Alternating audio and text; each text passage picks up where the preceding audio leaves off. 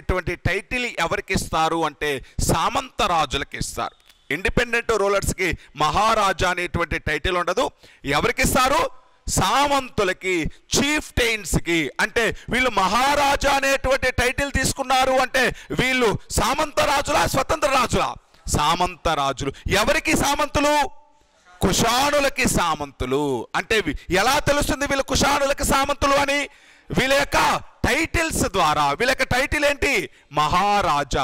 మహారాజా అనేటువంటి టైటిల్ తీసుకున్నారు కాబట్టి వీళ్ళిద్దరూ కూడా స్వతంత్ర రాజులు కాదు, ఇండిపెండెంట్ రూలర్స్ కాదు. వీళ్ళిద్దరూ కూడా కుషాణుల యొక్క సబార్డినేట్స్, కుషాణుల యొక్క చీఫ్ టైన్స్ అనేటువంటిది విషయం తెలుస్తుంది.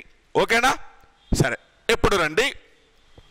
ఘటోత్కచ గుప్తుడి తర్వాత ఇతని కొడుకైనటువంటి చంద్రగుప్త వన్, మొదటి చంద్రగుప్తుడు అనేటువంటి వ్యక్తి రూలర్ అవ్వడం జరుగుతుంది. చంద్రగుప్తుడు వన్, మొదటి చంద్రగుప్తుడు అనేటువంటి వ్యక్తి రూలర్ అవ్వడం జరుగుతుంది. చంద్రగుప్తుడు అనేటువంటి వ్యక్తి, మొదటి చంద్రగుప్తుడు అనేటువంటి వ్యక్తి రూలర్ అవ్వడం జరుగుతుంది. ఇతను 320 నుంచి 335 వరకు పరిపాలించినటువంటి వ్యక్తి. 320 నుంచి 335 వరకు పరిపాలించినటువంటి వ్యక్తి. మొదటి చంద్రగుప్తుడు అనేటువంటి వ్యక్తి 320 నుంచి 335 వరకు పరిపాలించాడు. ఇతని యొక్క టైటిల్ మహారాజాదిరాజు. టైటిల్ పేరేంటండి? మహారాజాదిరాజు. డైరెక్ట్గా ఇదే క్వశ్చన్ అడిగాడండి. మొదటి చంద్రగుప్తుడి యొక్క టైటిల్ ఏంటి అంటాడు. టైటిల్ ఏంటి? మహారాజాదిరాజు. ఇంతకుముందు వాళ్ళ యొక్క టైటిల్స్ ఏంటి? మహారాజు. మహారాజు అనే టైటిల్ ఎవరు తీసుకుంటారు? సబార్డినేట్స్ తీసుకుంటారు. ఇలా మహారాజాదిరాజు అనేటువంటి టైటిల్ తీసుకున్నాడు అంటే ఈయనే గుప్తులలో మొట్టమొదటి ఇండిపెండెంట్ రూలర్, స్వతంత్ర రాజు. గుప్తులలో మొట్టమొదటి ఇండిపెండెంట్ రూలర్, స్వతంత్ర రాజు ఎవరు అంటే ఈ చంద్రగుప్త వన్ అనేటువంటి వ్యక్తి. స్వతంత్రాన్ని ప్రకటించుకున్నటువంటి వ్యక్తి ఎవరు అంటే మొదటి చంద్రగుప్తుడు.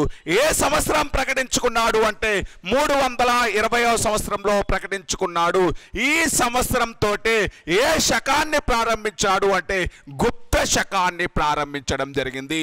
గుప్త శకాన్ని 320 ఫిబ్రవరి 26వ తేదీన ప్రారంభించినటువంటి వ్యక్తి ఎవరు అంటే మొదటి చంద్రగుప్తుడు అనేటువంటి వ్యక్తి. మళ్ళీ చూడండి, ఏ సంవత్సరం అంటే కుషాణుల నుంచి ఇండిపెండెన్సీని అనౌన్స్ చేసుకున్నాడు 320 ఫిబ్రవరి 26. ఇప్పుడైనా ఎగ్జామ్లో గుప్త శకం ప్రారంభమైన సంవత్సరం అంటే ఏం చెప్పాలి? 320. 320 ఫిబ్రవరి 26వ తేదీన గుప్త శకాన్ని ప్రారంభించాడు. ఎవరు అంటే చంద్రగుప్త వన్ అనేటువంటి వ్యక్తి. మొదటి చంద్రగుప్తుడే గుప్త శకాన్ని ప్రారంభించాడు. మరి ఇంతకు ముందు ఉన్నటువంటి రాజులేమో మహారాజు బిరుదు, ఇతనికేమో మహారాజాది రాజు బిరుదు. ఇతడినే ఏమని పిలుస్తారు అంటే ఇంతకు ముందు ఉన్నటువంటి రాజులు గుప్త రాజ్యాన్ని, అంటే ఒక పూర్తి స్థాయిలో గుప్త రాజ్యాన్ని ఏర్పాటు చేసినటువంటి వ్యక్తి ఎవరు అంటే మొదటి చంద్రగుప్తుడు. పూర్తి స్థాయిలో స్వతంత్ర గుప్త రాజ్యాన్ని ఏర్పాటు చేసినటువంటి వ్యక్తి మొదటి చంద్రగుప్తుడు. ఎప్పుడైనా కూడా గుప్త రాజ్య స్థాపకుడు అంటే ఏం చెప్పాలి? శ్రీగుప్తుడు. ఓకేనా? గుప్త సామ్రాజ్య నిర్మాత అనగానే అందుకే కన్ఫ్యూజ్ అవుతారనే చెప్తున్నా. ఒరిజినల్గా వాస్తవంగా గుప్త సామ్రాజ్య నిర్మాత ఎవరు? ఒరిజినల్గా అంటే పూర్తి స్థాయిలో అని. పూర్తి స్థాయిలో ఎవరు? మొదటి చంద్రగుప్తుడు. నామినల్గా పేరుకు మాత్రం గుప్త సామ్రాజ్య నిర్మాత ఎవరు? శ్రీగుప్తుడు. మీరు ఏం అడిగినా కూడా గుప్త వంశ స్థాపకుడు ఎవరు అంటే శ్రీగుప్తుడనే పెట్టాలి. ఎప్పుడు అడిగినా కూడా గుప్త సామ్రాజ్య నిర్మాత అంటే ఏం పెట్టాలి? శ్రీగుప్తుడు. నేను ఇక్కడ మీకు విన్నారు కాబట్టి క్లారిటీ వచ్చింది. పూర్తి స్థాయిలో గుప్త సామ్రాజ్యాన్ని ఏర్పాటు చేసిన వ్యక్తి మొదటి చంద్రగుప్తుడు.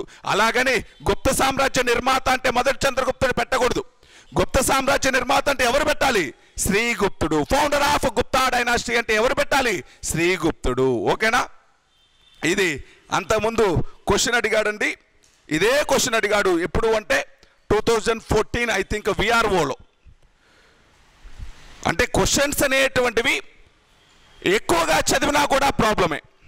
నీకు మామూలుగా చదివితే గుప్త సామ్రాజ్య నిర్మాత అనగానే ఏమని తెలుస్తుంది? శ్రీగుప్తుడు. అదే ఇంకా క్లారిటీగా చదివితే నువ్వేమనుకుంటావు? మొదటి చంద్రగుప్తుడు అనుకుంటా. అందరూ చాలామంది ఎక్కువ చదివిన వాళ్ళు రాంగే చేస్తాం. అందుకని గుప్త సామ్రాజ్య నిర్మాత దగ్గర అంటే నిర్మాత ఎవరు అంటే ఏం చెప్పాలి? శ్రీగుప్తుడు. అది పూర్తి స్థాయిలో అడగని, ఎలాగైనా అడగని, గుప్తా డైనాసిటీ ఫౌండర్ అంటే ఏం చెప్పాలి? శ్రీగుప్తుడు. అలా కాకుండా మొట్టమొదటిసారిగా స్వతంత్రాన్ని ప్రకటించుకున్నటువంటి గుప్త రాజు ఎవరు అంటే ఏం చెప్పాలి? మొదటి చంద్రగుప్తుడు. స్వతంత్ర గుప్త రాజ్యాన్ని ఏర్పాటు చేశాడు మొదటి చంద్రగుప్తుడు. ఎవరి నుంచి స్వతంత్రాన్ని ప్రకటించుకున్నాడు?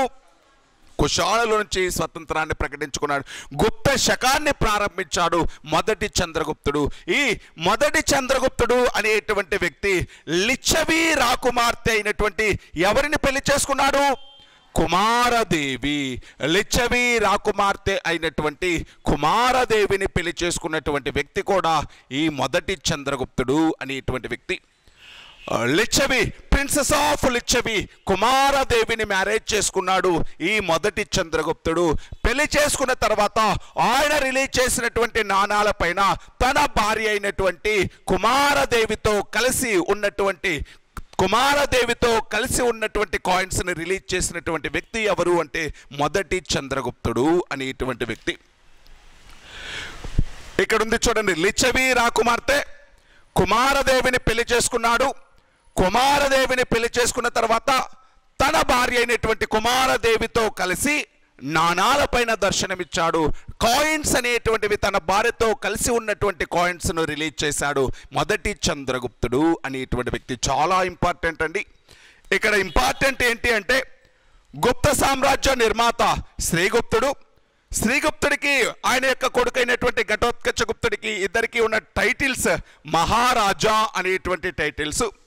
మొదటి చంద్రగుప్తుడికి ఉండేటువంటి టైటిల్స్ మహారాజాదిరాజు అనేటువంటి టైటిల్ ఉంది. ఈయన కుషాణుల నుంచి స్వతంత్రాన్ని ప్రకటించుకొని గుప్త శకాన్ని ప్రారంభించాడు.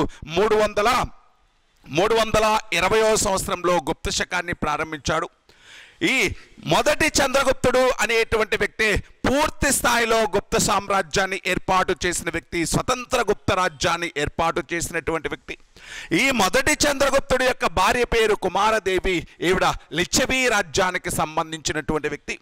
తన భార్య కుమారదేవితో కలిసి ఉన్నటువంటి కాయిన్స్ను రిలీజ్ చేసినటువంటి వ్యక్తి మొదటి చంద్రగుప్తుడు. నెక్స్ట్ మొదటి చంద్రగుప్తుడు తర్వాత ఇతని కొడుకైనటువంటి సముద్రగుప్తుడు అనేటువంటి వ్యక్తి రాజు అవ్వడం జరిగింది. మొదటి చంద్రగుప్తుడు తర్వాత నెక్స్ట్ రాజు పేరు రాసుకోండి, సముద్రగుప్తుడు అనేటువంటి వ్యక్తి. టైం పీరియడ్ రాద్దాం, 335 నుంచి 380. సముద్రగుప్తుడు అనేటువంటి వ్యక్తి యొక్క టైం పీరియడ్ రాద్దాం, 335 నుంచి 380. 335 నుంచి 380. ఈయన గురించి ఆఫ్టర్ లంచ్ తర్వాత ఇప్పుడు 1:30 అయింది. 2:30కి మళ్ళీ మన క్లాస్